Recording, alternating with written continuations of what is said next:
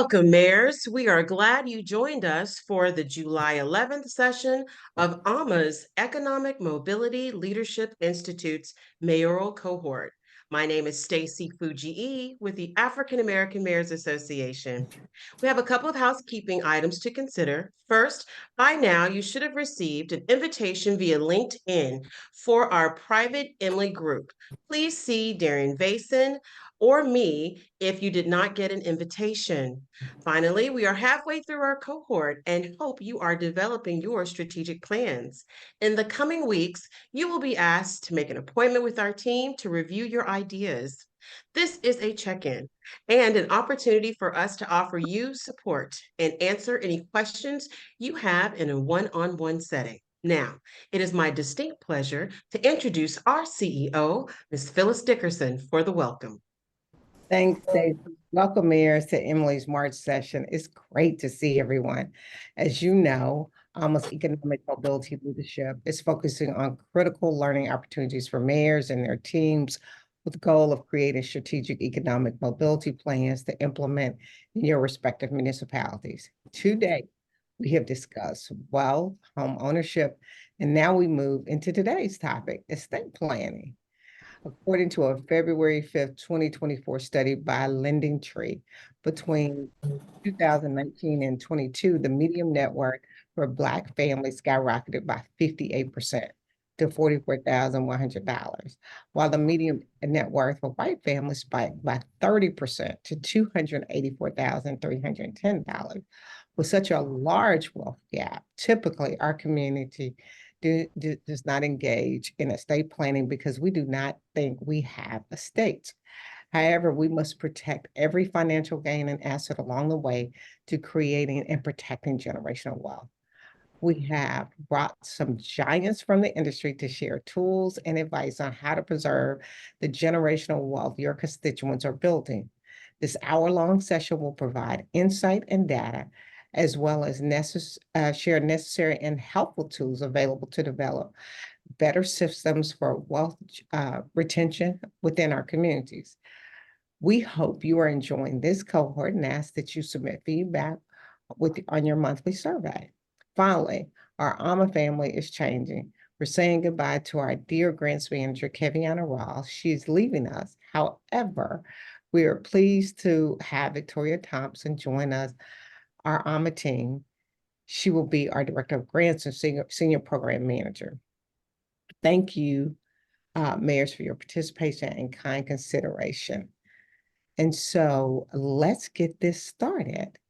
So today, our guest today will be Wilbur Pierce Sr. He is the Chief Operating Officer of KKK organization, the Senior Partner of Management Solutions, has ownership in row crop farming operation, and has over 40 years of experience managing projects in universities and federal agencies. The KKK organization is a 501c3 nonprofit providing educational technical assistance to historical, underserved, and socially disadvantaged farmers, ranchers, landowners, and youth. Also joining Wilbur today will be attorney Veranda Brasfield, Director of Heirs Property Clearinghouse. Wilbur and Veranda, thank you for joining us today. So, Veranda, since we have you for such a short time, we know that you're catching a plane. Do you have a will, and can you tell us a reason why people actually don't have wills right now? Thank you so much, Phyllis. Thank you so much for having us today. At KKAC, we are always welcoming of the invitation to come out and talk about heirs property, how to preserve heirs property, and that takes proper estate planning. I don't know why anybody would not have a will. I have no idea, because a will or a trust or some beneficiary deeds or something in place to let people know what their last and final wishes are. And when we don't leave wills, we leave room for lots of confusion, and we also leave room for land loss. So do you think it's because, one, maybe some families out there actually don't know an attorney, one they can trust, or they think they can't afford one? like some of the reasons why I think people don't have wills. But what have you heard when you talk to people? I'm sure we have family and friends both that don't have wills. Sure. So I've heard so many different things in doing this work. Some people think that it's best not to leave a will. And it sounds really ridiculous. But unfortunately, some people did not trust attorneys. They did not think that they thought that if they didn't do anything, then it would go into heirs property and that heirs property can never be sold. And that is a myth that we are really trying to dispel in the African American community because heirs property can be alienated, is what the law calls it. It can be sold to anybody. It can be sold to a family member, but you don't have to sell to a family member. You can sell to the person down the street that's been trying to take the family land for generations. You could sell to them. So it's very important that people leave wills, but that's one of the reasons that folks have told me. Some people don't think that they have the wherewithal to do a will. Estate planning seems like something that is monumental. None of us want to think about dying. And so that there's that. It does take a conscious thought about what's going to happen when I pass away. But we are all going to pass away, and so that's not a valid reason to do estate planning. Another reason that people have given me, well, if I don't do anything, it's just gonna, the law has things in place. I don't have to do anything. It's gonna go to all my kids. I want all my kids to have it anyway. And one of the things that we tell people is maybe you don't want all your kids to have it. I mean, if you're gonna give one house to 5 people, that sounds like mass chaos and confusion. And so we encourage people to be very thoughtful when they do their estate plans. If you've got one farm and you've got 5 kids and all of them want to run off to New York City or California and be movie stars, you may want to leave that land to somebody that wants to stay there and is going to preserve that family farm and leave money to the other kids to fuel their dreams, or leave a car, leave some other asset. But everything does not have to go to everybody. And people know that that's what the law is going to do. It's going to split it up amongst your kids. Your husband or wife may get something. It just depends on what you put in place. But that is another reason that people have given me for not doing proper estate planning. I don't think any of those are valid reasons, but those are some of the reasons that I've been told. And you brought up a valid point that I don't have, unfortunately, I don't have children, but as parents, what they've said is they want it to all be split up equally. But can you talk about, like, every child may not be able to afford the upkeep of the property. And so you really need to look at leaving the estate to somebody that can afford the upkeep of the estate. Absolutely. And there are all types of mechanisms that can be put into place. There's a trust. You can put the land in a trust where a trustee actually handles that trust and then divvies out dividends or something for the benefit of the beneficiaries of the trust. There are things that can be done and can be put in place, but you want to put a structure in place that, number one, is going to be fair. I shouldn't be putting in all the work and then I get the same amount as everybody else, because what's the incentive for me to do all the work, to pay the taxes, to do the maintenance on the property, and then I get 1/10 just like everybody else. So you've got to put something in place that's going to recognize the extra effort that's going to be needed from some people, and then to accommodate or compensate them appropriately for that, whether it be an additional share or an additional dividend or just more property ownership. So, we talk about the price of a will and or a trust and that kind of thing. How do you have to be rich to have a will? Like, how much does it cost to actually put it together? Well, at KKAC, it costs $3.99. We do wills all day long for free. We will do beneficiary deeds. And a lot of people don't know that a beneficiary deed is something that they can do to completely avoid probate with their real property. All they have to do is to execute a beneficiary deed in the name of the person that they want to have that property once they pass away.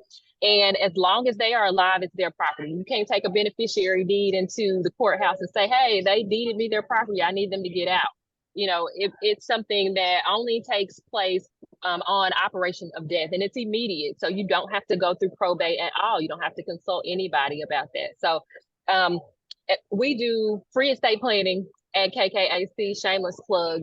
And but those resources are available in other states, those free estate planning resources. And then if people have assets, it just makes sense to incur that expense to make that investment so that you can make sure that your legacy, your assets is preserved for the next generation and whoever you want to have that property. And so what's the best time to really start talking about estate planning?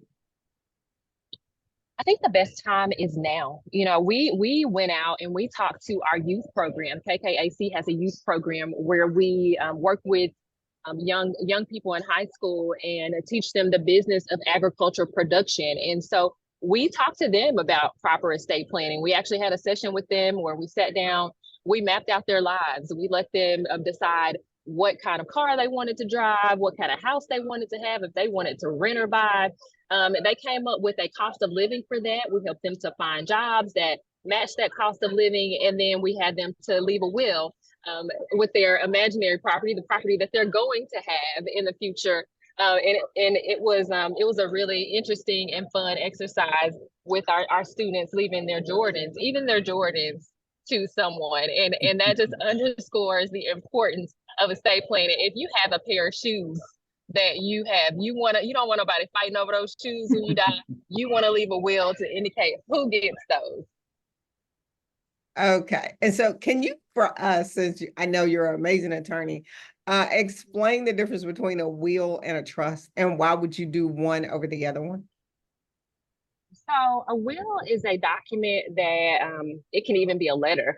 A lot of states recognize holographic wills, which are wills that are written completely in your own handwriting. They are signed and dated by you at the end. You don't have to have any witnesses or anything like that. So will, I like to think of a will as like a letter, your last letter, saying exactly what you want to happen to your remaining effects and whatever you have left behind. A trust is a more sophisticated document. And it sounds really great, but not everybody needs a trust. It's for some of those more sophisticated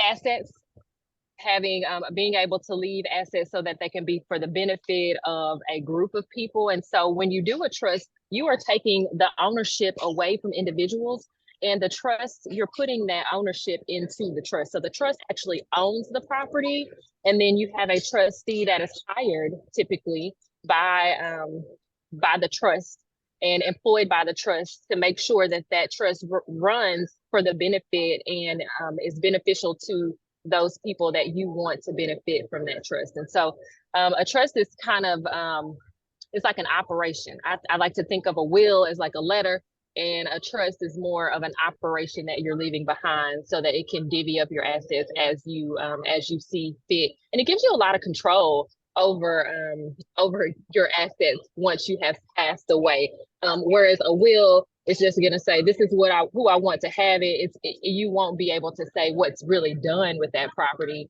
in a will. It's just going to devise those assets to individuals. And so a lot of things that we want to get done with our clients, we can do those with a number of a beneficiary deed or a number of beneficiary deeds. I know that some states call them ladybird deeds or maybe life estate deeds, where you can live in that property for your lifetime and then it passes on to the next person by operation of law.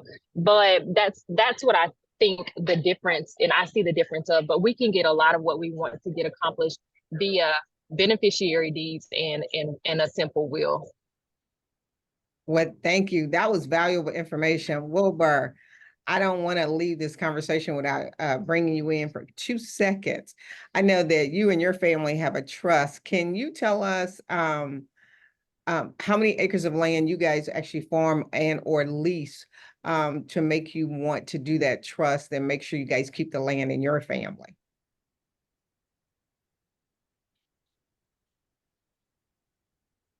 Are you on mute? He's on mute. Now, can you hear me? Yes. Yes, sir. So, as Ms. Brasfield said, a trust, you speak from the grave. Once you die, the trustee must carry out your directives as indicated in the trust. And one thing I'd like to point out, when you do a trust and you're still living, you can have a living revocable trust. I think I'm correct on that, Ms. Brasfield, that you can change it up until the time you die. But once you die, it's complete. And we we put my mother's property in a trust probably 20 or 30 years ago. And by the way, she's still living at 102 years old. We had a trust for my oldest brother. We got it completed in 2016. He passed away in 2017, and his assets are complete. On the other hand, another one of my relatives passed away unexpectedly, and that's been 6 years ago, and his estate is still open. So a trust is almost like finite. You don't have to go through probate, and we put our holdings in a trust. So when we pass, my children don't have to fight amongst themselves. It's very You specific. have how many acres that they need to fight over?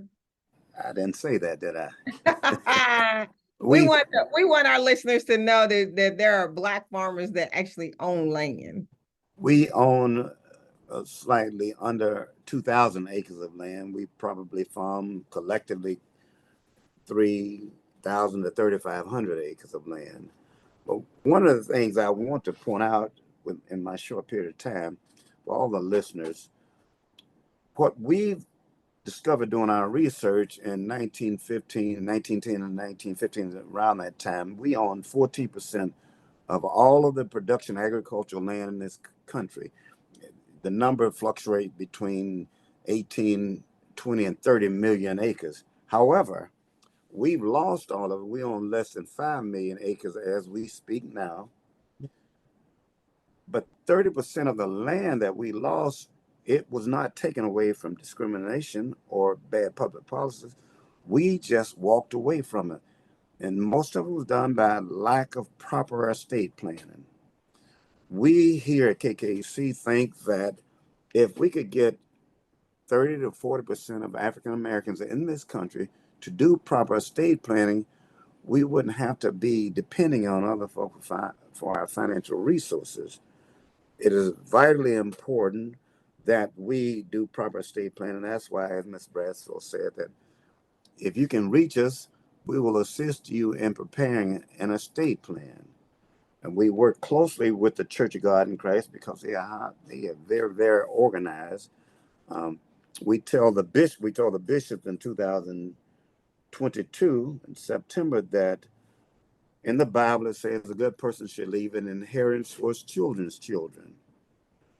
But what we say to the preachers, you must show them how to do that. And if you do, they probably will leave some of it to the church because most folk don't prepare wills and trust is because they just don't know how, and it's kind of frightening. The other thing we do, we help to clear up heirs property issues because that's very frustrating to try to get accomplished, but it's doable. And if we don't do it, every time a person die in America that look like us, we are going to lose wealth if we do not have a will or trust. There's no way around it. Did I talk too much? No, you ended it very well. I saw Mayor Rainey from Wrightsville, Arkansas, nodding his head, so I'm sure he's going to be in contact with you very, very soon. And Stacy, we're going to turn it back over to you to finish out the session. Thank you, Rhonda and Wilbur. We appreciate that information. Sure, sure. Thank you. Thank you. Thank you so much. So, following up to that fantastic presentation, we now have Bill Pitkin from the Urban Institute to socialize another public good that can work in conjunction with the Results for America tool that you learned about last session. So, I know I'm giving you a lot. I want you to just listen today, and then we will circle back and help you understand how you can use all these fantastic tools together. Bill, would you like to take it away from here, sir, with your upward mobility framework and mobility metrics? Thank you, Stacy. Thanks, everybody. Great to be with you. It's really an honor to be here. Always hard to go second after a great, very practical conversation. And I learned a lot, so I appreciate being here. Thanks so much. I'm going to talk about the Urban Institute's Upward Mobility Initiative, which aims to provide local leaders with data and tools for assessing and creating the change necessary to achieve upward mobility and to tackle systemic barriers that are sustaining inequities in the communities. I'll provide a general overview here today, and then at the office hours on July 25th, my colleague Keith Fudge, who directs the project, will be at office hours with other partners to take a deeper dive into our tools. So for background, the Upward Mobility Framework emerged out of a previous initiative, the U.S. Partnership on Mobility from Poverty, which ran from 2016 to 2018. This was a group of cross-sector leaders convened by the Urban Institute with support from the Gates Foundation, and asked the question, what would it take to dramatically and sustainably increase mobility from poverty in the United States? Their work took a holistic, systems-focused approach, which is key. Upward mobility, social mobility, economic mobility has too often been viewed only as a matter of individual ability or hard work. But people experiencing poverty face a web of obstacles that often undermine their best efforts, like racial prejudice, discrimination, segregation, which have created especially high barriers to upward mobility for people of color. And public policies and other practices from institutions have created and sustained profound inequities and injustice. Among the many accomplishments of the partnership was how they redefined economic mobility. They argued that mobility from poverty is about more than just economic success. True upward mobility requires that people have collective power and individual autonomy, as well as a sense of dignity and belonging in their community. And this broader conception of mobility really drives our work at the Urban Institute. After the partnership concluded in 2018, our initiative was created with a goal of supporting communities and creating the conditions that create increased upward mobility from poverty and narrow racial inequities for children, youth, and adults. We started with a focus on data and metrics. We are a research institute, try to be very policy and practice oriented, but we started with that. And we recognize that even though it can take decades to measure generational mobility, local leaders need actionable information to help guide their decision-making in the short and medium terms. So we set a goal of developing a comprehensive but concise set of metrics, data indicators that could support communities and change makers across various sectors. So a little timeline on that work. Since 2019, we partnered with a cross-disciplinary working group of scholars, so leading scholars across the country who work on issues related to mobility. They looked at factors that research shows affect long-term mobility from poverty and things that could be affected by local policies and state policies.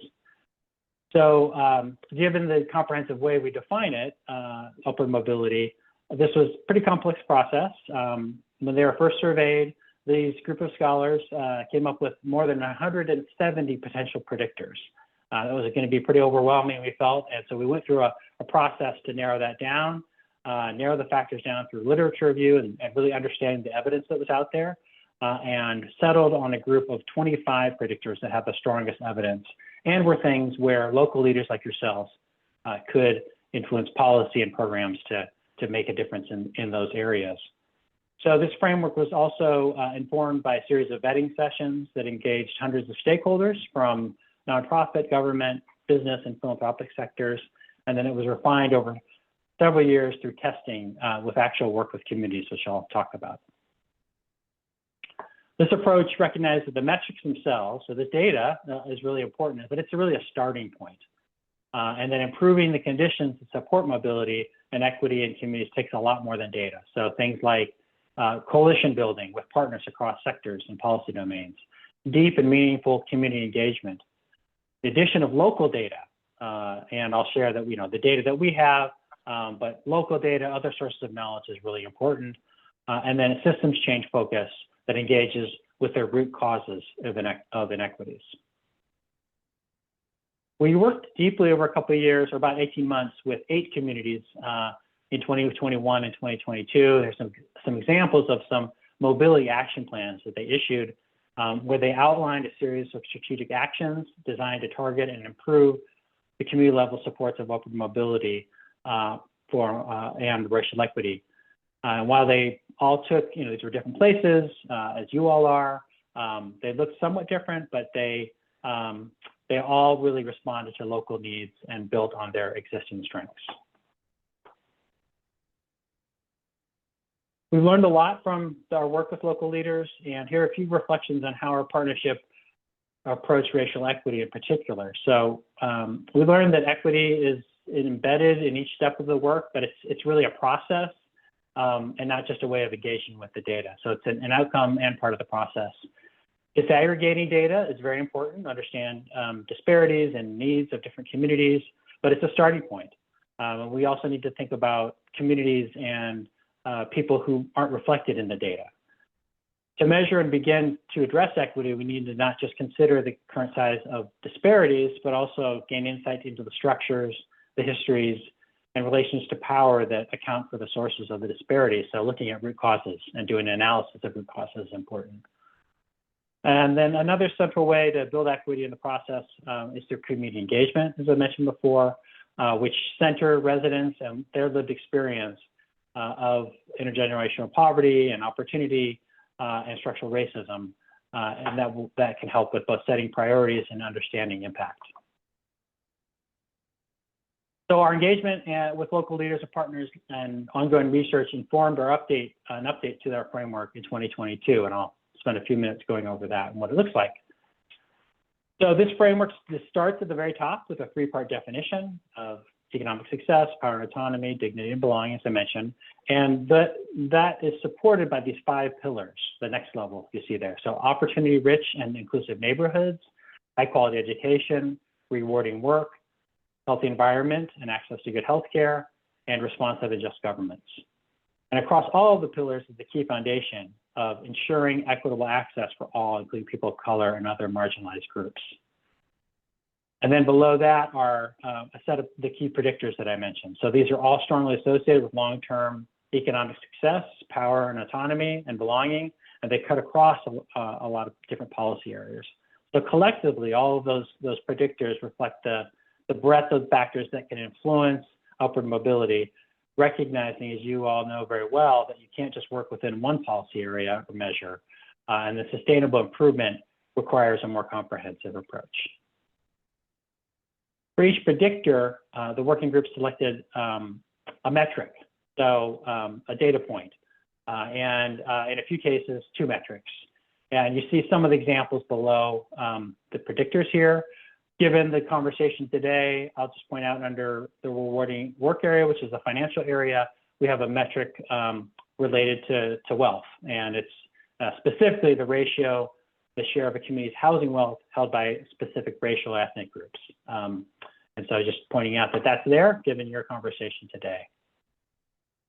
Taken together, all these metrics provide a tool that local policymakers, community leaders, and practitioners can use to compare, moving from the left, compare their community's metrics to peer communities, to assess the extent of local mobility strengths and challenges, reveal persistent racial, geographic, and other inequities, prioritize areas where the community's focused attention and action can have the greatest impact, highlight interconnections across and among predictors for multiple policy areas, set targets for improving local mobility outcomes and narrowing inequities, and monitor the metrics over time to assess the community's progress and hold local stakeholders accountable. Of course, while the metrics can be very helpful and a starting point for understanding local conditions, they also are kind of a surface level view of issues. You cannot illuminate all the underlying causes, as we talked about. So in any given predictor, the factors that influence people's outcomes are complex. So looking at, we encourage people to combine the mobility metrics with supplementary local data and other forms of community insights to help you better understand the experiences of residents. And then our planning guide, which I'll discuss more in a second, has a much more information about collecting other kinds of local knowledge to paint a fuller picture. So the metrics are organized currently into data tables. They can be accessed at this county or city level. So we have data for every county. There are more than 3,000 counties in the country.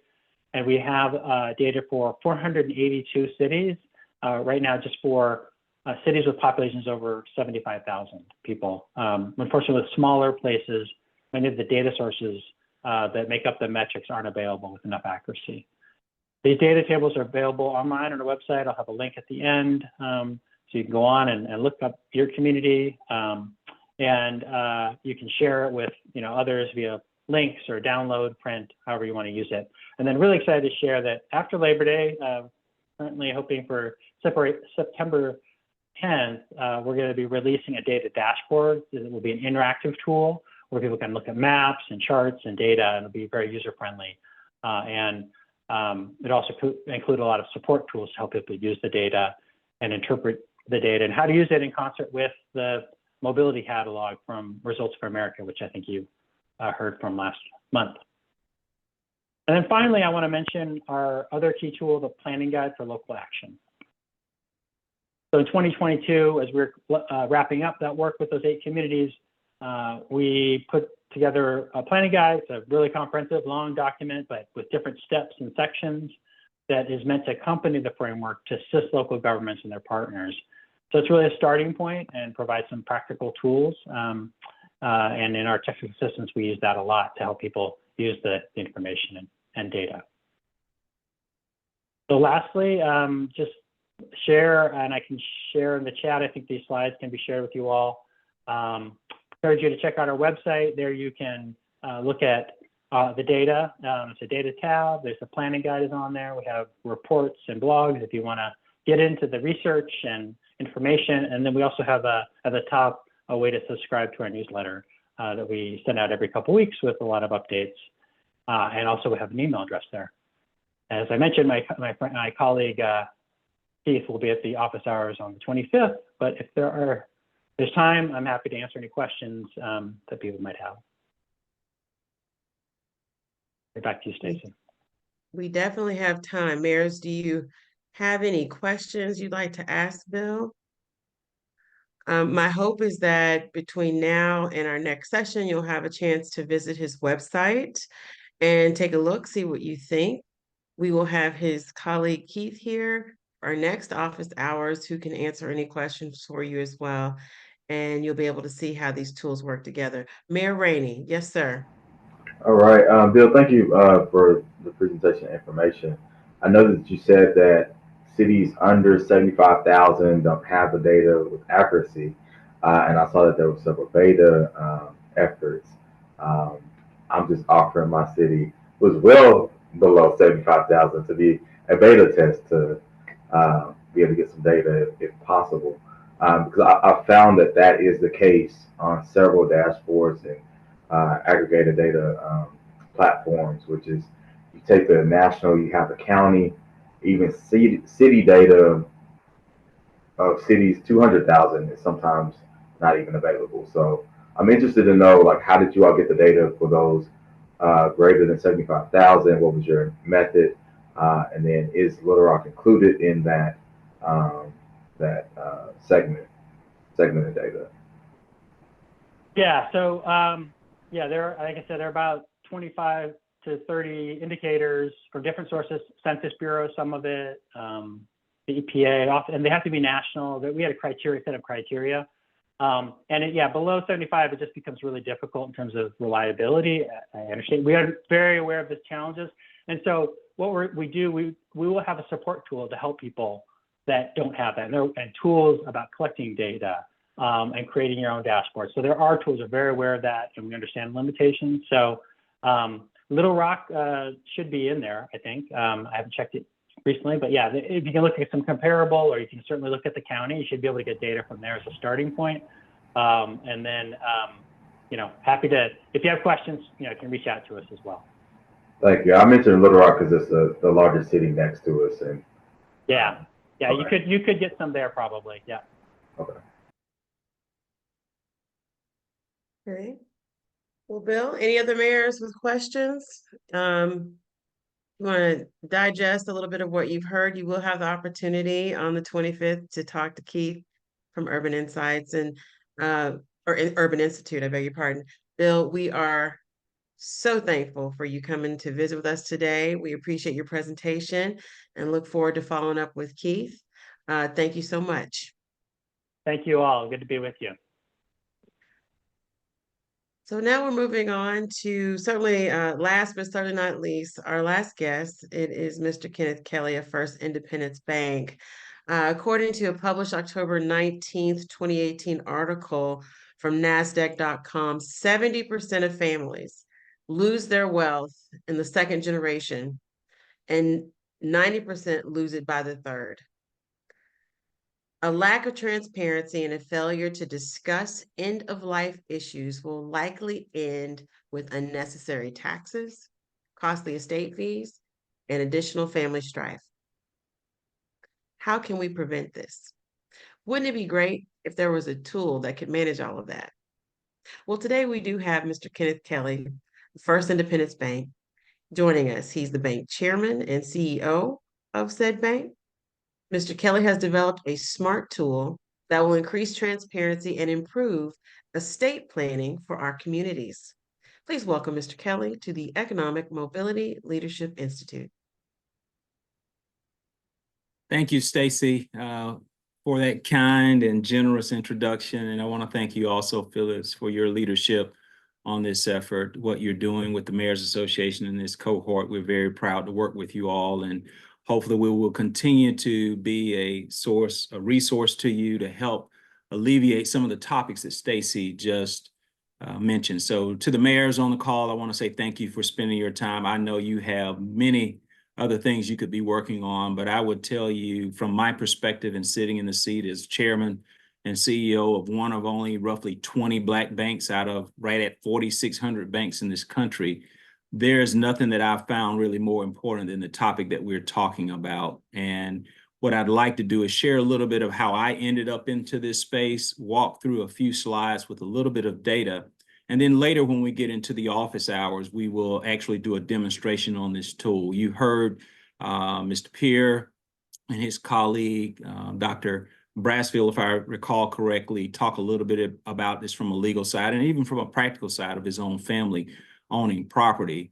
But at the end of the day, when you look at where the African-American community specifically is, only 3 out of 10 have a will. And so I ended up what you see, if you all, do you see the slide deck? Is that being shared right now? Okay. I ended up writing this book, starting on this in the 2017, 2018 timeframe, because I kept being asked as a CEO and chairman of this bank, what can you do to close the wealth gap?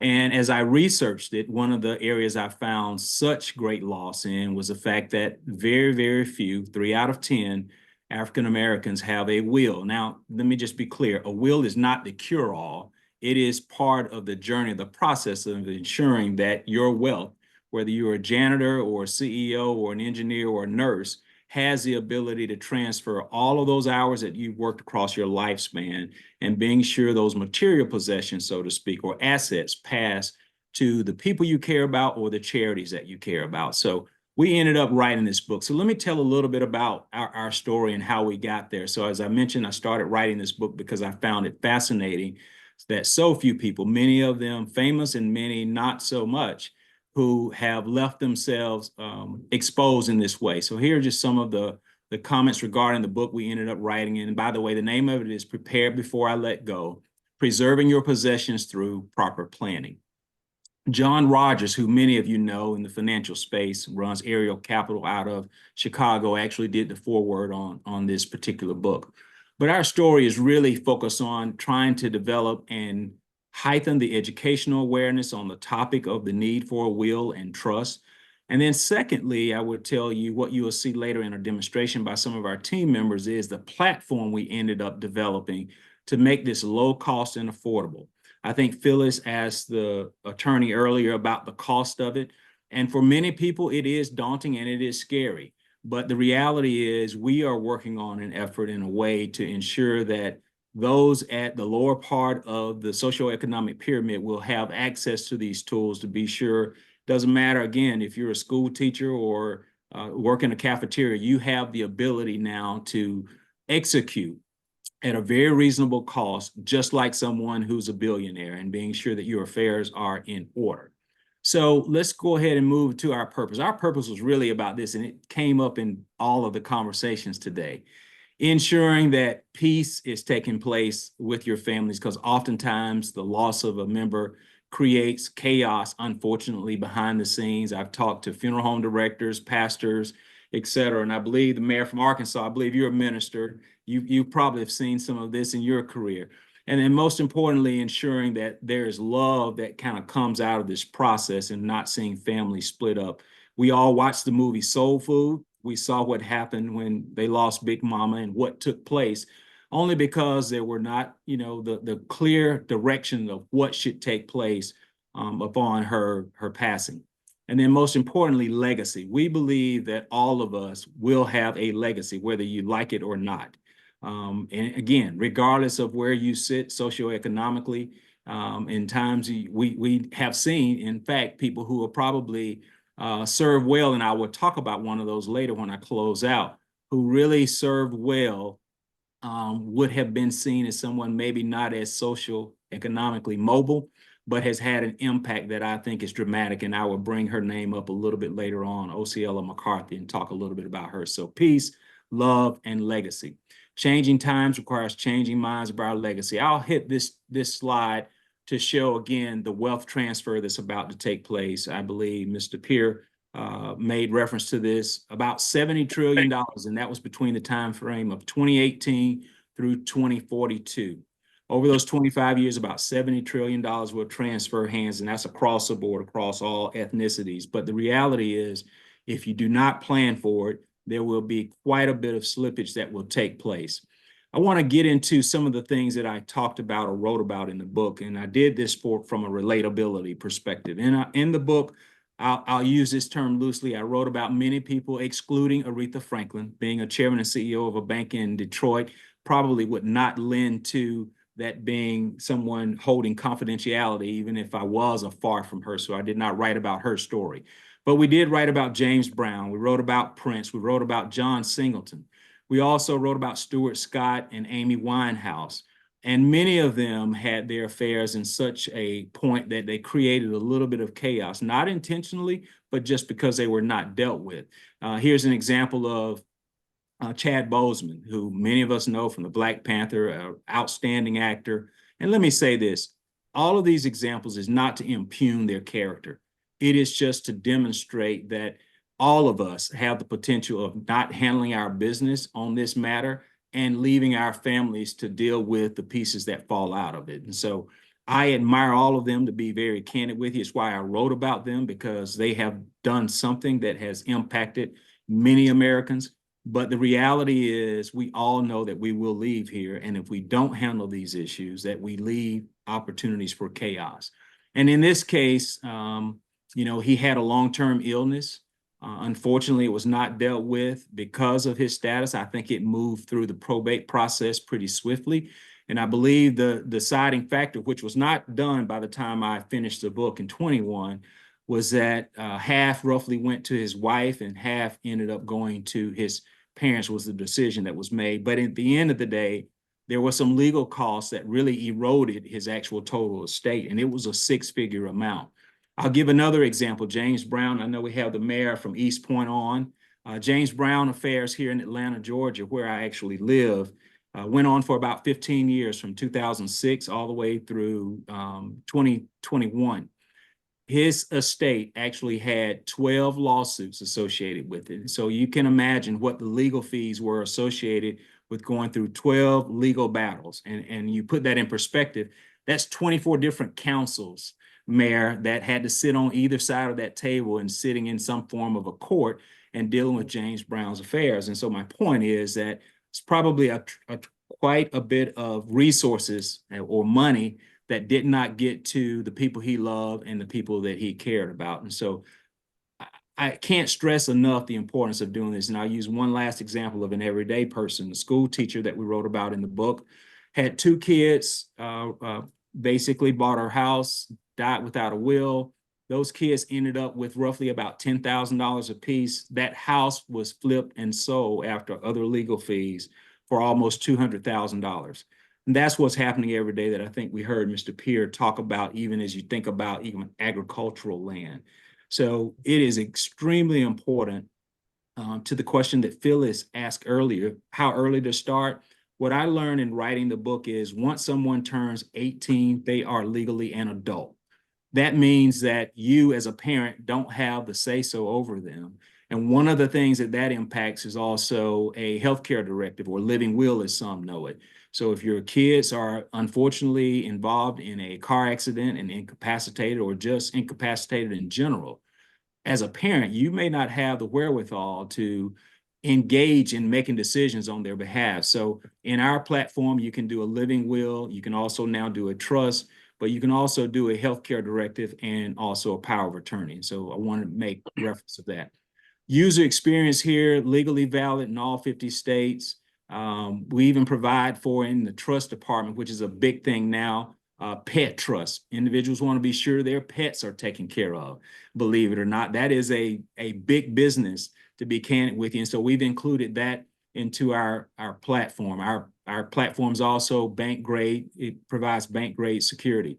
Some of the data demonstrates that there's a high level of comfort in working with this. 33% download their documents, getting them all the way to completion. 62% have assets that are subject to dealing with probate. What we're finding is women are more engaging on this topic than men, and that may be some of the reality of women being more sometimes left holding the bag when the spouse or someone they're married to passes. But at the end of the day, we're seeing women at a rate of 2 to 1, the men engaging in this area. Again, high level of aggregation in this space, but there's certainly a need to look at platforms like this to actually help secure your data.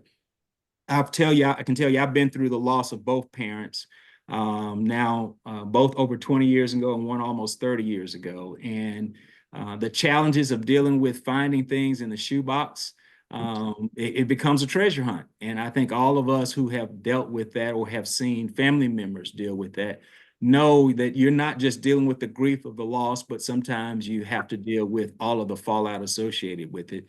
One of my dear friends, her father was an entrepreneur and had multiple business interests.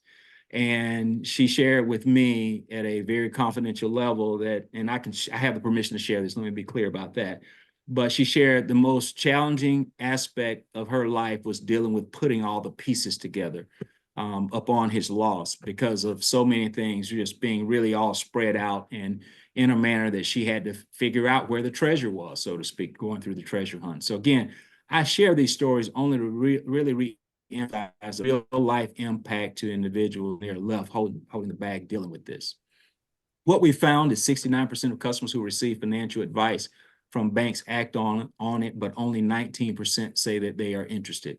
Again, that's why it's going to be important for leaders like you, mayors, talking about this, helping people to understand the importance of what's going on in your cities and ensuring that they are making a change for the positive there. The question we ask is, what are you doing on an institutional level, especially as leaders of your respective cities, to help change this dynamic? Because it's really a crisis that's kind of up under the surface of the water, so to speak, that's going on. And what can you do at a personal level? I've had a Federal Reserve Bank president to share with me, and when I gave him a copy of my book, it was a little bit while later, he said, you wouldn't believe the impact. I had it on a list to do, but because I read that book, I actually took care of this business on behalf of my family and my small children. And so the point again is, how does this drive really right at the personal level of making change? Our offerings today is going to be pretty, I think, very dramatic in what we're trying to do and help create some change here. My legacy items is looking at an offer of a deep discount to the users for all cities of the EMLI cohorts of the 12 cities.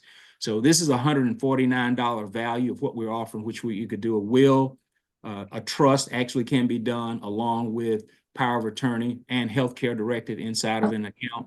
And we're going to offer that at a $24.95 per user account. And I say per user account because, you know, a husband may want to do his separate from a wife, and I'm just putting it out there. But the reality is that will be 2 separate user accounts. So we'll develop a process in place for the cities that will have discount codes that you can share and pass, and would love to have your help in the way that we execute this in your cities, because I can't think of a more dramatic way that you could change the lives of some of your residents than doing this. So again, that offer is going to be a deeper discount for the city employees of your respective cities. And I know there's a broad number of city employees. I think we have roughly over 500 plus at East Point in Georgia, and the mayor in Arkansas. I think you have a significant number there too for the city of your size. But the other offering we have is for your residents, meaning the residents or your citizens of your respective cities. We're going to offer a 66% discount there at $49.95 per user account. Now, the way this particular program works, let me be clear about it, it is an electronic vault. So you can do it, download the documents, and take them to an attorney if you want to, or not, and file them and probate them, however you'd like to do those, and let that be a one-time deal. But the way we created this platform was to get rid of the treasure hunt. And it has an annual subscription fee of $49.95. And so you can actually have your will there. You can email to your respective executors and or trustees so they have access to it electronically. They don't have to come to your house and look in your closet for your safe and find documents. They can have them there. And you can actually upload, as you will see in the demonstration a little bit later, all of your important deeds, the deeds to your land, the titles to your car, titles to your furs, or titles to guns and diamonds, and or things as simple as that unique cast iron skillet that your mother had. So I want to just really clearly articulate what we're really offering here is the opportunity to create an electronic safe deposit box so that someone will have easy access to all of your data and be able to operate it. It has a dashboard that you will see later in the demonstration that shows the actual value associated with the homes you own or property you own. All of that can be kept on a dashboard, can be linked directly to your bank accounts. All of that is very secure, cyber secure, safe, and will allow someone to come in and really see what you have in front of you and be able to execute on your wishes the way you would actually desire those things to take place. So that's the offering we have for today. I'd like to, again, just capture a couple of things I have here in the appendix. The question came up, I think, from Phyllis to the attorney earlier about a will. There's a basic will, there's a custom will, and now, as I've shared, we actually have the trust, and you can see how you can build upon those over time, starting with a basic will and then graduating up the scale based on the complexity of your affairs. Examples of use cases, again, we've talked about some of this at a very high level, but the real key here is we want to be sure to lower that barrier, that even if you just decide, you know what, I'm going to do this a little bit on my own and organize my affairs, and then I'll take it to an attorney. You have the right and wherewithal to do that. This is not an attempt to supplant the legal process, but it is an attempt to be sure that you're organizing your affairs and thinking about the ways that you would love to organize and have your wishes executed moving forward. So we are so grateful again for the opportunity to share this with you today. Again, Phyllis, I want to thank you for your leadership, and Stacy for yours on the project side of this and ensuring that we're getting the message out to the cities that are led by the EMLI cohort here today.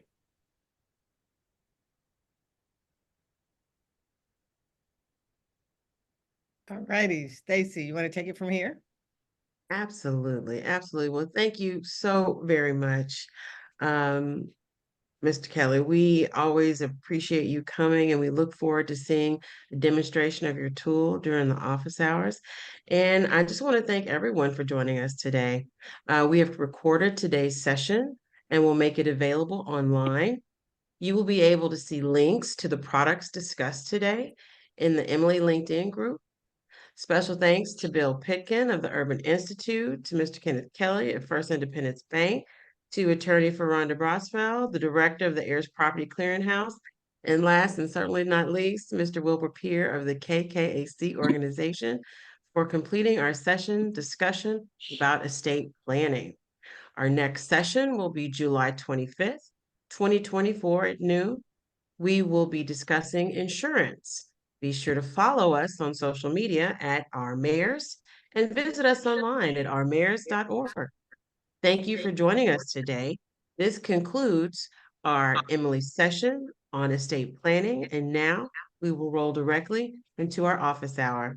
And Stacy, before everyone departs, I want to give everyone a gift. So for every city that's represented in Emily, we're going to work with Mr. Kelly and give you $5,000 to use toward your wills and trust platform for each city. So the first $5,000 you guys spend, it'll be on my tab. Okay. So you got to get your family and your friends and everybody get their will done, and we'll work out all the logistics on the code and that kind of thing. Okay.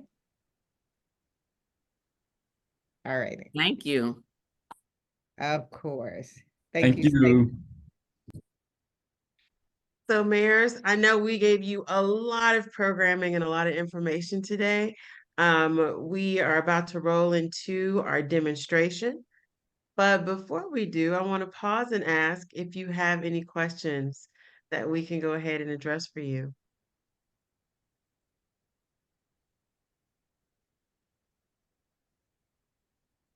And my hope is that when you see Mr. Kelly's tool, feel free to use our chat and to ask questions along the way, because it's a really neat piece. And we used it last session, and we found that a lot of times people were concerned about their data. They were concerned it wasn't secure. This is a secure platform. And they were, you know, sometimes we think other people's water is wetter. And so, we want to make sure this is a quality product.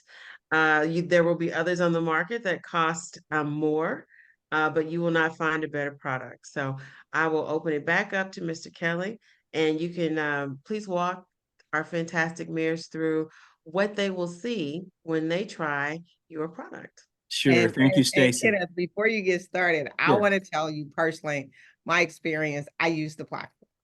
So my will is on the platform.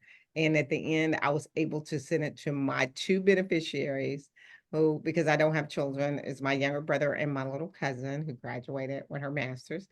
And I was able to email it to my attorney all in like one click. So my attorney was like, oh, received, da da da da da da. Like it was that easy.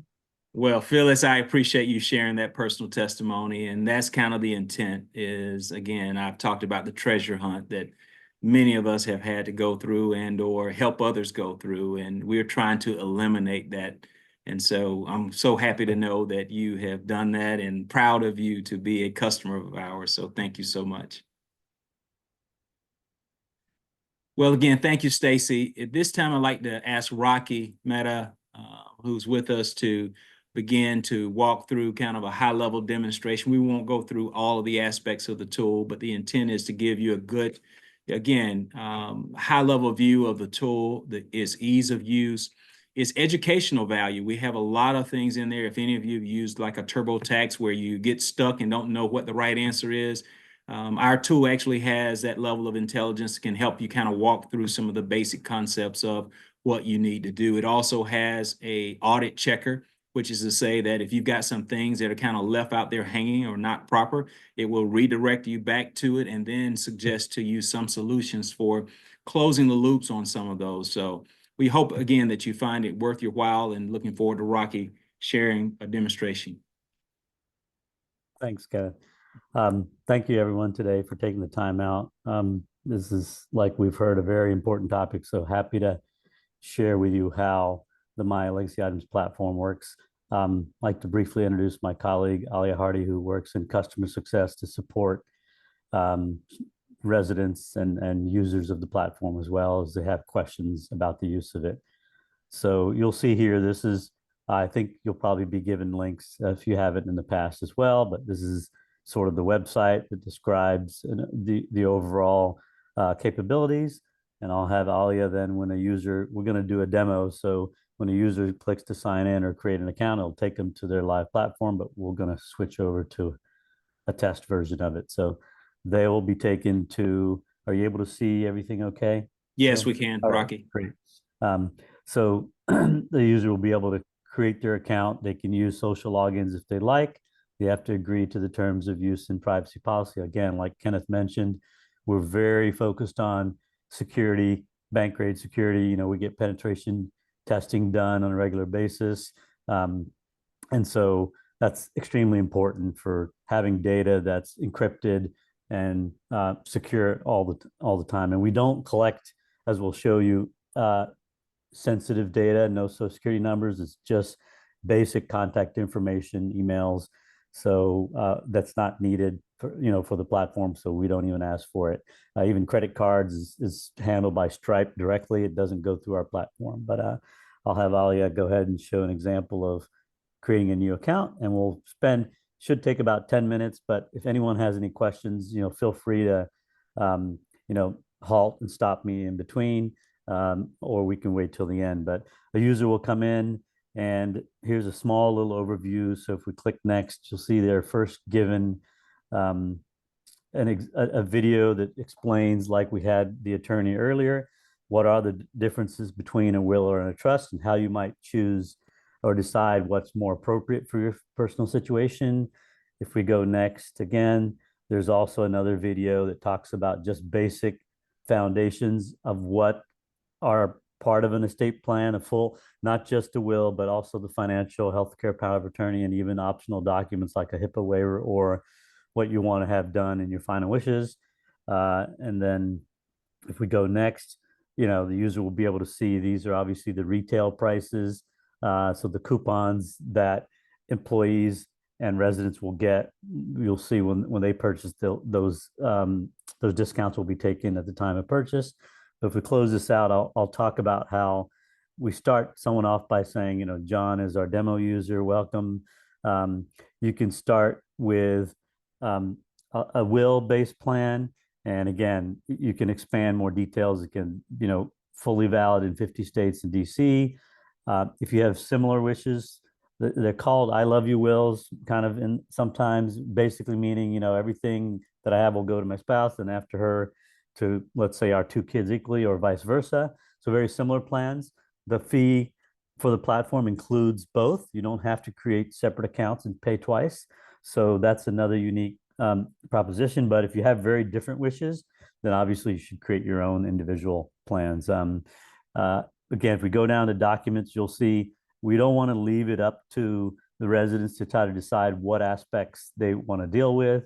We really want to present them with kind of a comprehensive estate plan, which includes that financial and healthcare power of attorney and living wills, which are actually valid while you're living, of course. And then the will takes place once you pass. And then for those who want to know immediately that they'd like to, the main typical differences between the two are privacy and avoiding probate, as the attorney said earlier. So wills are public. That's how Kenneth has all this information that we all know about all the stars, because once you pass, anyone can go and ask for a copy of that will at the probate court. But trusts are private. So people who want to maintain privacy, that's one of the main aspects in addition to the probate avoidance. So again, we'll start off with the basic will, but again, briefly, you'll see some additional benefits or things like, handling special needs, trust type scenarios, and also delaying distributions. With a will, people will get their funds once you're gone immediately as the probate process completes. But in a trust, you can actually say, my kids are too young. I don't want anyone to get it until, let's say, 25, like the first chunk, in 30 or 35. So again, you have a lot more flexibility in management of that. But and then on the right side, you'll see there's enormous amounts of helpful just-in-time education. We've got videos, the FAQs, and quizzes, and we'll share a little bit more of that, which is contextual to the onboarding steps that you're taking. So any other questions? Otherwise, I'll start with just showing a quick, simple example of how to go through the basic will. Okay, so we'll start creating a basic will. The first thing we do is collect some very basic, information that we need. Of course, we need to know where you live so that we know which state's laws to use to generate the will for you, or the documents, because each state has different laws. It's surprising how different they can be. Even an executor is called personal representative in some states. And so in Louisiana, it still has French laws.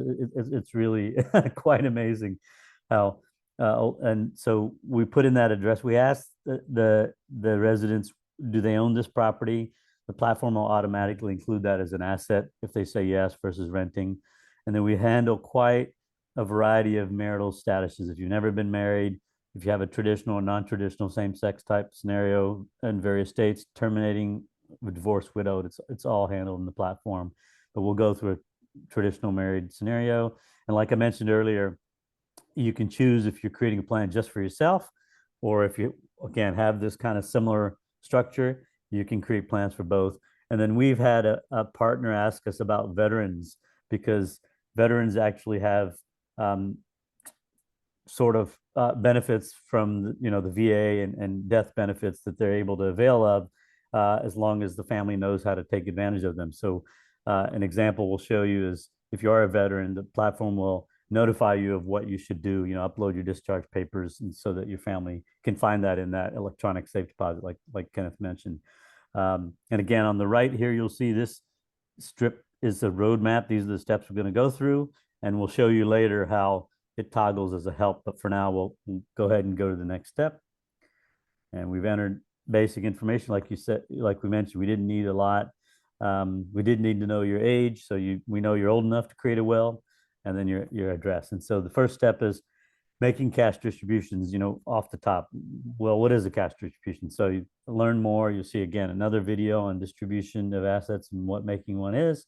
Let's say, for example, I want to give $10,000 to my sister, right? So I choose that 10,000. Now that we're using her and we have a need to put her in our plan, we just add her just in time. There's no need to spend all this time to put in all your family if they're not going to be relevant. And so again, just basic information. She lives with us. You don't have to enter the address again. And we'll save. And now we're given a few options. So here's where, even though we're creating wills for both spouses, there is some flexibility of differences. So for example, once I pass, if everything goes to my spouse, they're free to change their will. And so I may be, I want to make sure my sister gets this because I don't know what may happen afterwards first. So I want to choose the section option saying, even if my spouse is living, when I pass, I want my sister to get this money. Now, my spouse can actually also do the same thing and add a gift in their will. But in this case, we'll give my sister this 10,000 if she's living, of course, or to her heirs it'll go to. And then we worked with tens of financial advisors to help us actually with the platform. And they also suggested, especially for charitable contributions, you should have the option to give a percentage, because you don't know what you'll have, right? The market could be up and down, or the value of your real estate, or whatever you have. So let's just say, for example, we believe in a charity and we decide we jointly want to give 1% to them once we're both gone. So we'll do 1%.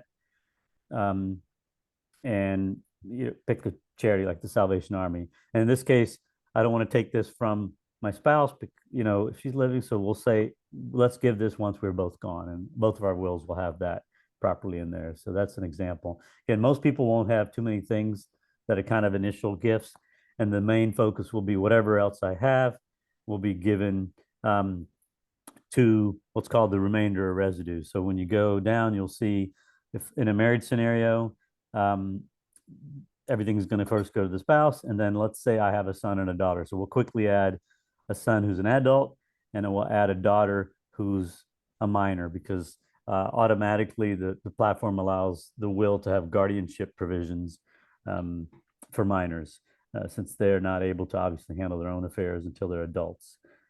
So we also handle blended families. So if you have a relationship, children from prior, those are accurately represented in the documentation. So, but we'll just say this is the same, and then we'll put in the contact information for the son. And then now let's go ahead and add, by default, we've just added one son. So 100% is shown as the son will get the remaining. But now let's go ahead and choose the daughter, and we'll then have the distribution of how everything goes at that point. So what we found, though, is that by default, this is kind of equally distributed. The legal term is called stirpes, just meaning that like whatever you have is equally distributed between the heirs. But we found in research in probate courts, there's a greater trend now towards potentially looking at unequal, because some people may have said, oh, I've helped my son already with, college expenses or helping to start a business, but my daughter's still younger. I want to make sure if something happens sooner, let's say I'm going to give 70-30 in this case, 70 to the daughter. And when you do that, you'll see that on the right side, there's some very powerful videos and information that show this is not necessarily legal aspects, but this is much more related to the personal and emotional. So you don't want to you may not want to surprise the family that they see the will at the time if this isn't shared up front, and there may be a fight. So there's two videos that kind of talk about what is equal and unequal, and if you choose unequal, maybe you need to find an opportunity to discuss the reasons and why, so that there won't be issues of getting that funding at the end, because otherwise, if it's a surprise, that may not be a great scenario. So we'll go ahead. Any questions so far? Okay, great. We'll go next. And then we're moving into kind of who will play these various legal roles that are part of an estate plan. Obviously, a will needs an executor. So and again, what is an executor? So again, on the right, you have a video on nominating roles. Once you go ahead and add the spouse, most people will have their spouse, if they're married, be the primary executor. So we'll add that. And then I'll tell you a little bit more about the help that's in context. So I've chosen my spouse as to primary. And then again, there's definitions and quizzes even available on aspects. So the executor is who's going to obviously be responsible to carry out your wishes in the will. So we've got the spouse as the primary, and we require a backup because the spouse is either not willing, not able, or not available, then you really need a backup rather than having a court appoint one. You don't want that, of course. Let's now move on to the financial and healthcare. Again, these are very important documents. They're valid, obviously, when you're living, so that if you're incapacitated, who's going to take care of those. And I'm sorry, because we added a minor daughter, this is only showing up for people that have minors. It's guardianship. So who's going to be responsible for the guardianship of a minor? And so the mother is the default, the parent, and we'll pick a backup. Let's choose the sister, for example, in that case. And then we will, and again, these will be incorporated in the full will package. Financial representative, like I mentioned, we'll go ahead and pick the spouse and son again, but these are actually state-specific documents. So they follow, this is providing, most people would just say, give all the powers that I need to have my affairs handled. If I'm not able to, like pay bills or, certain transactions, again, you can get to the detail level to say, I only want certain financial aspects to be managed, but these are state-specific, meaning some options may be in one state and not another. So, but this document is what each state will expect, so there won't be any issues. So let's go ahead and go now to the healthcare. We'll again just pick them, and again, lots of information to help people on the side on what definitions are if they need help. And as you know, there's a chat down below. They can chat with our agents to get more information. The platform, as you may, I don't know if it's been discussed, but the earlier attorney actually clarified something about this, which is, she's able to provide legal advice only in the states that she has a license in. And so this platform isn't able to provide legal advice, Mike, such as, who should I pick, but it can provide legal information and definitions. So what is an executor? What's the purpose of one? So there's as much help as possible to help someone understand, to help them make their own decision, but we can't provide legal decisions. And that's why, again, like someone said earlier, you don't need an attorney if you don't want one, but you can start with this and give it to an attorney to get it fully executed. So we'll go on to the next and final basic step, which is an optional document. If you click, yes, I'd like to specify, how I want my, my remains and how I want to be handled, whether it's buried, cremated. There's actually some new things coming up here. We're soon exploring introducing some insurance type unique patent pending product that'll allow access to help pay for taxes, funeral, expenses at the end of life, and not have to basically borrow or use money that may not be ready yet. Because until you have a death certificate, you want to get access to any of the funds. And so there's a unique product coming out where You can get access to some funds that are set aside for that if someone wants to set them aside and meet within 24 hours versus weeks to get a death certificate. So again, this is an optional input here. If we say no, then you can just leave the decision to executors.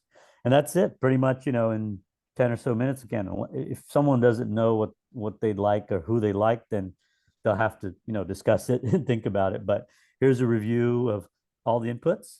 Let's just say, yes, everything was right, no typos. And then we move on and you are ready to kind of download, the documents, review them, print, sign, and notarize if everything looks good. And then we go to a dashboard, which allow you to, we'll talk a little bit about kind of just a summary of everything. And then quickly talk about the customizing and a trust. But again, here's the document vault that says you're almost there. You still have to download because we haven't done it here, review and print and sign and notarize. If we click visit document vault really quick, I'll just have Alia go and show you the different individual documents. They haven't been generated yet. So if you scroll down to the bottom, these are all the documents that are not generated, but at the very bottom, you'll see the uploaded section. So this is where, like Kenneth mentioned, you can upload a copy of the will, upload copies of deeds, the veteran discharge papers, all types of information. So let's go back to the dashboard and I will, again, it's just a summary of the status. If we scroll down, you see, well, we added 4 people. These are the distributions to a person and an organization in an unequal split. And here's who are playing all the roles.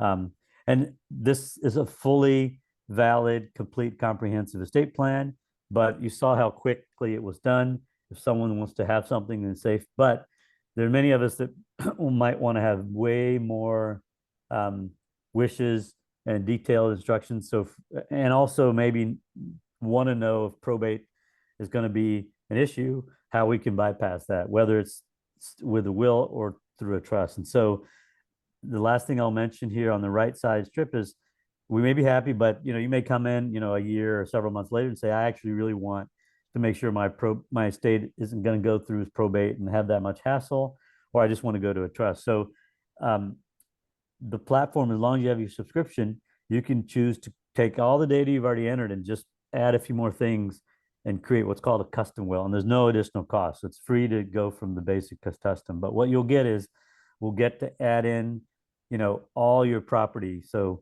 that, and then how you own it. And the system will tell you whether it's going to go through probate or not. And like the attorney mentioned, there's things like beneficiary deeds or quitclaim deeds, or if you have a bank account and that can have a beneficiary on it, the system will tell you when you enter those assets whether it'll go through probate or not, and it will give you an instruction on how to fill out those forms and add a beneficiary, and it'll show you, okay, now you're good. That asset is bypassing probate. It also allows you to gift memorable personal items like Kenneth mentioned, the stamp collection or grandma's china or mom's wedding dress or dad's purple heart. Those are sometimes much more important than the financial aspects, right? They're the rare heirlooms. And so that's what sometimes causes the families to argue, not the money. So there's a really elegant way to add those. Take a photo, like Kenneth mentioned. Love your pet back. Again, on the West Coast or the west of the United States, the pet ownership is really amazing, and unfortunately, costs to maintain a pet are very, very high. So we've actually got from a pet association, we even have a calculator that helps you know what it might cost to take care of your pet, depending on what you think is more like medical versus food.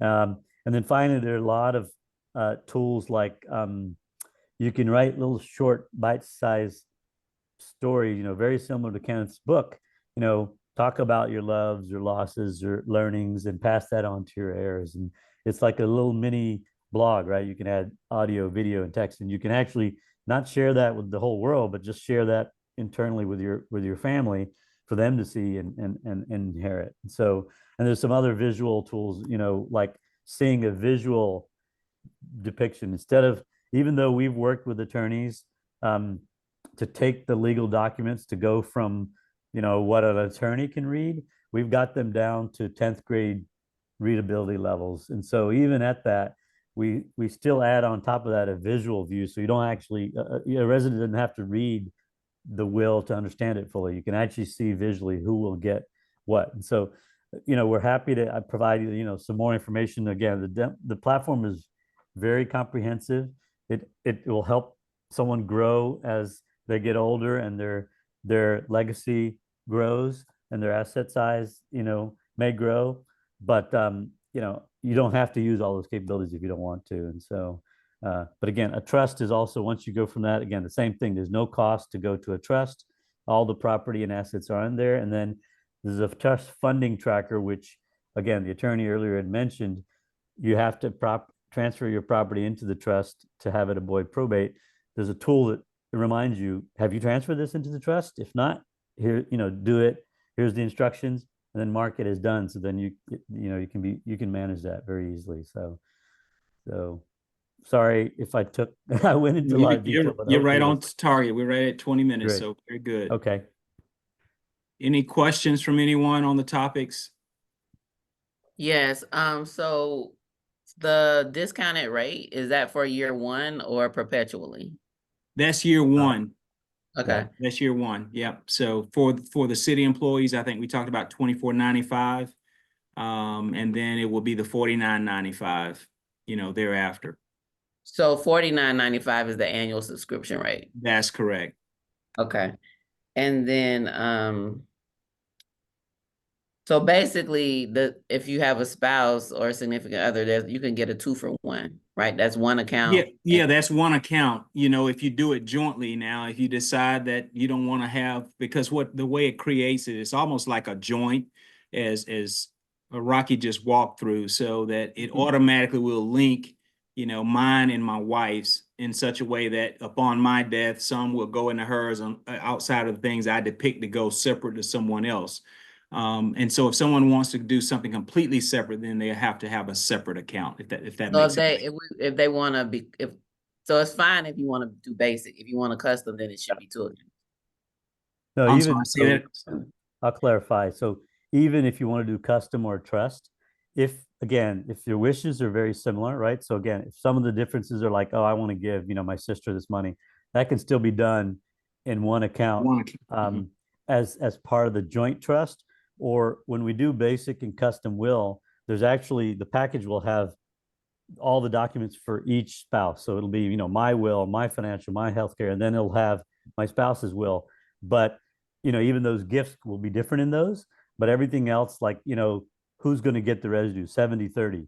If we both agree that my son, will get 30, my daughter will get 70, then that's one account. But if I want, like, oh, I want 50-50 to go from my accounts to my kids, and the other one's at 70-30, well, then they'll have to create their own accounts. But yeah, custom and trust, as long as their wishes are very similar, they can all do it in one account.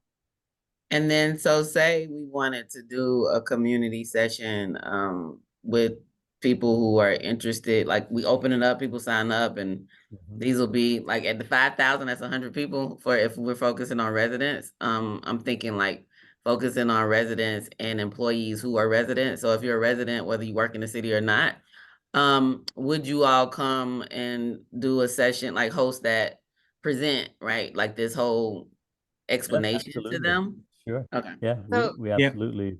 So let me jump in for a second. So usually, Mayor, the way we do this is a really good example was the mayor's office would partner maybe with a trusted church or trusted entity in the community. You could do it on a Saturday. And you might also partner with your local university if they have a legal clinic, have law students there who can help people fill out the platform. You might even have notaries there who can notarize once it's printed out. From what I understand in practice, a person probably will not walk out of that first session with a will because Correct. they probably won't bring everything.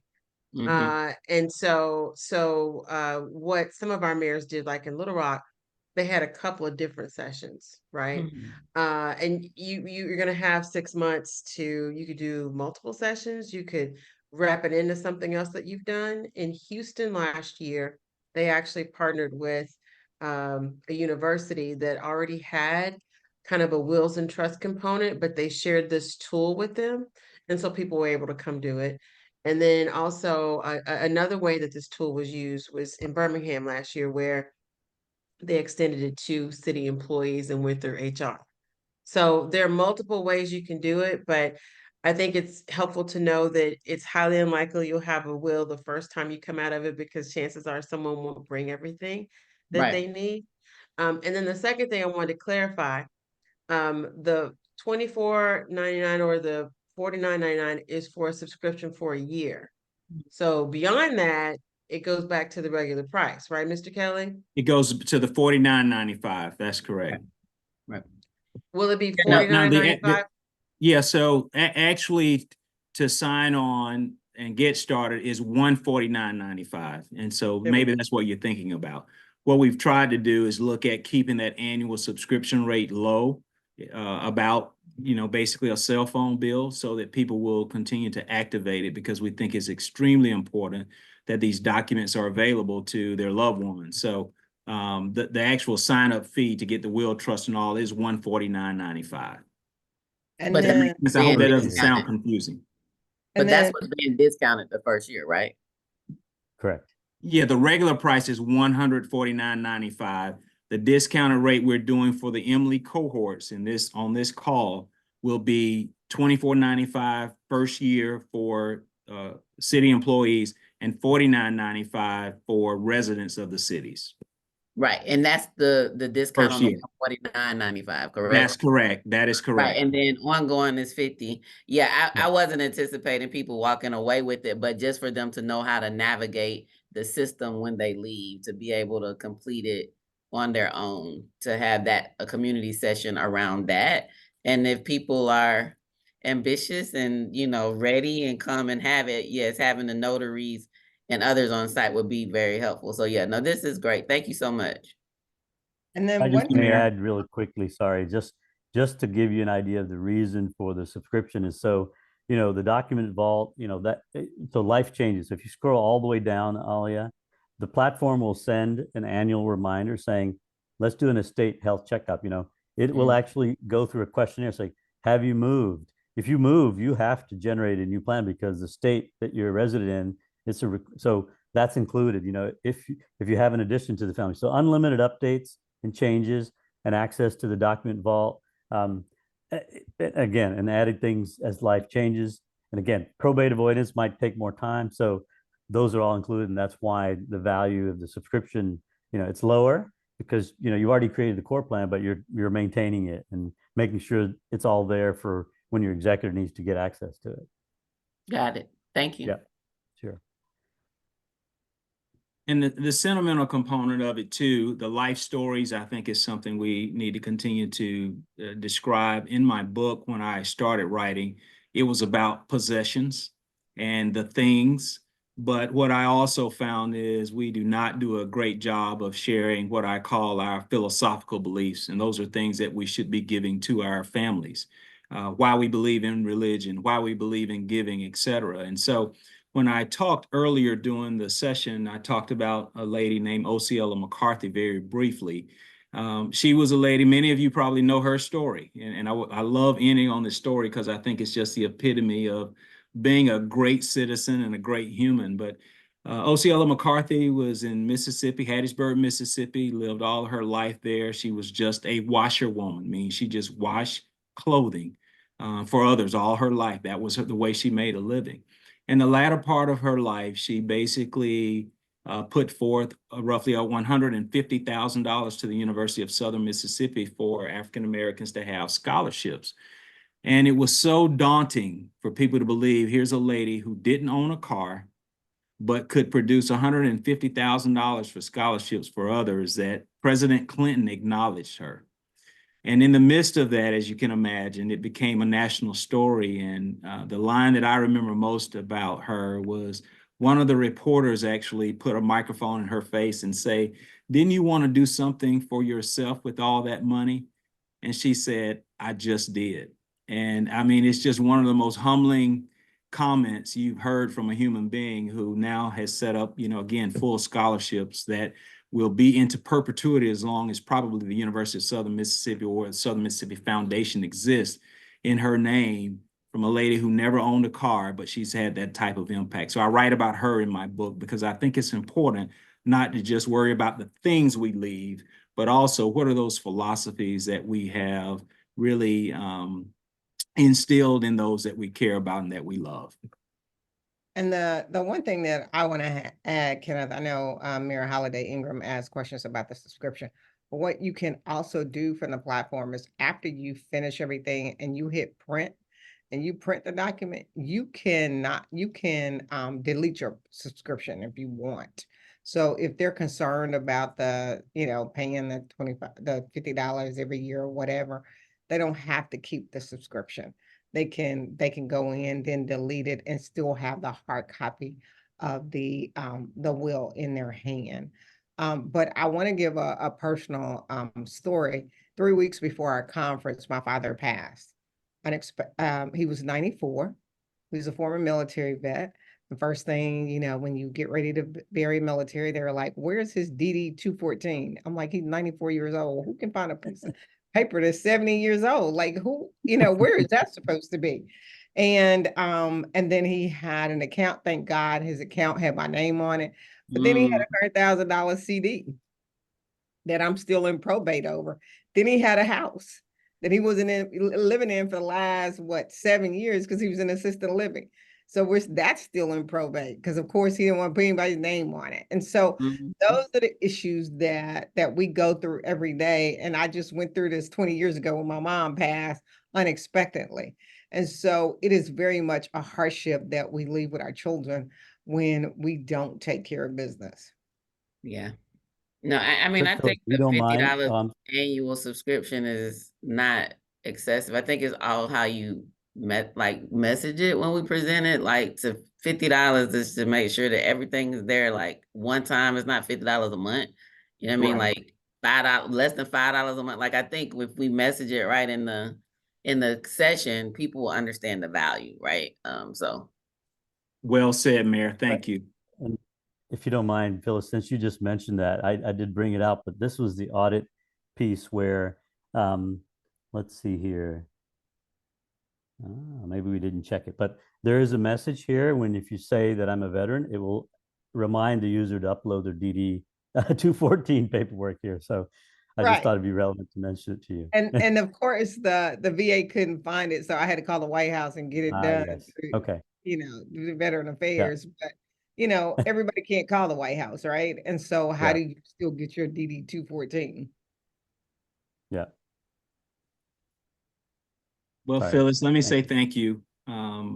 Sometimes we don't do a good enough job of recognizing leaders when they're being transparent and sharing information that makes all of us better. And I just want to tell you, thank you for sharing that, because sometimes part of our challenge is we become embarrassed by things, and so we hold it in, and it keeps us as a community from learning. And so I just want to acknowledge you in front of this group for your leadership and even being able to make yourself vulnerable and share those kinds of stories, because hopefully it will make one of us or cause one of us to be inspired to act differently or help someone else act differently.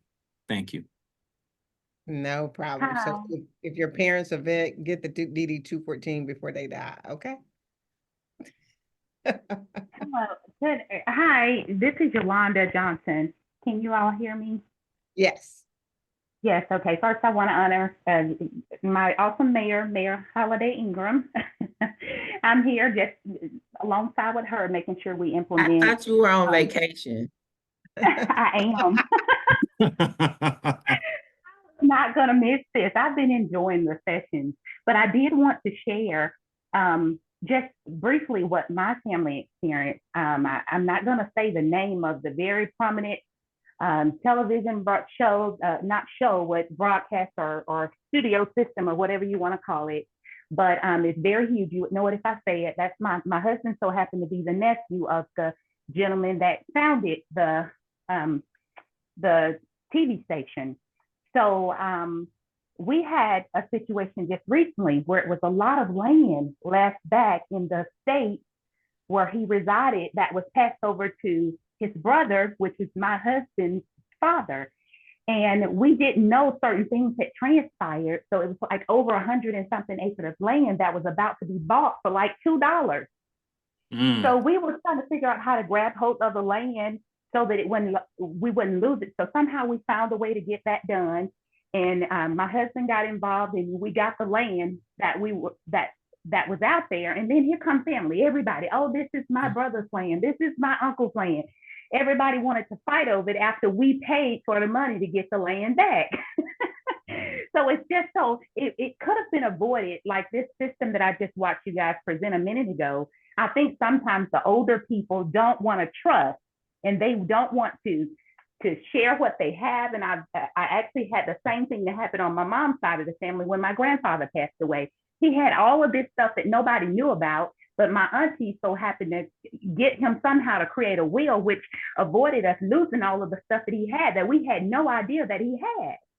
So it's just, I think it's a matter of the older people getting educated, because they're the one that's carrying the bulk of the wealth, getting them to understand what's out there so that the family legacy can continue. So I think this program is great, even if we can get them to sit down and show them. I'm interested in it myself. We created a will, my husband and I, for our children, just because of what we've gone through. But we could have lost so much land for a little of nothing had we not intervened. Right. Yeah, and NARAB does a session on what to do with Big Mama's house, but it could be Big Mama's land in Riceville, Arkansas, right? It could, Right. it could be a whole lot of things that we can say that, to your point, that Big Mama has, and we just, we're gonna lose it. And most people don't also get that you don't have to live on the land. Like, we're so quick to sell it because we're like, oh, we're not moving back to Arkansas. That's where my parents are from. I'm never going to Arkansas, right? But you can turn it into a deer camp. You can turn it into a duck camp. It can be, a fishing lodge. It can be a whole lot of things that you can do with that land. You can do it through USDA, where you put in the conservation program and they pay you not to farm the land if it's farmable land. So there are things that you can build generational wealth off and get a residual income, and you never, ever have to show up to Arkansas. You just have to pay your taxes. And that's coming up in our land usage session. Please come to Arkansas. Come on. All right. Any questions, you guys? Any more questions? Well, we're going to make sure that we get you Mr. Kelly's contact information, and we'll be following up to figure out the best way to make sure you all have your codes, so that we can make sure you can take advantage of Phyllis's generous gift as well. So we'll circle back to you with that. All right. Well, again, let me just say thank you, Phyllis and Stacy, for your efforts. And Mayor Holiday Ingram, hopeful we'll see you. We love what you do there with the wind down days in East Point. That's a hit. I haven't made it this year because of traveling, but you do a great job with that, and just want to share. We got 2 more opportunities, 4th Wednesday in July and August. I don't know who's coming yet, but I'm sure it'll be great. Very well. Let me know if you're coming. I'll make sure you're in VIP. Well, I'm sorry. Say it again. I said, let me know if you're coming. I'll make sure you're in VIP. I certainly will, Mayor, and we'll look forward to working with you. Okay. When was that date again, Mayor? 4th Wednesday in July and August. It's open to everybody. You come to come to East Point, and you will be at our Wednesday wind down in the Point. I mean, I'm gonna be in Atlanta on the 25th. Really? That's just one day, right? I know. Yeah. We've had Goody Ma, Big Boy. Big Boy's been a couple times. We get some great artists. It sounds like I need to come over there. It sounds like we need to come over there to do a little case study. I think we can make that work. You plan it on the right day. I'm just telling you the dates. We work hard. We work hard and play hard. But again, thank you all. Thank you, Mr. Kelly. We appreciate you, sir. Thank you all, everyone. Very nice to meet you. Thank you. Go ahead, Stacy. I was going to say, mayors, if you want to hang on for just a second, we can answer any other questions you may have.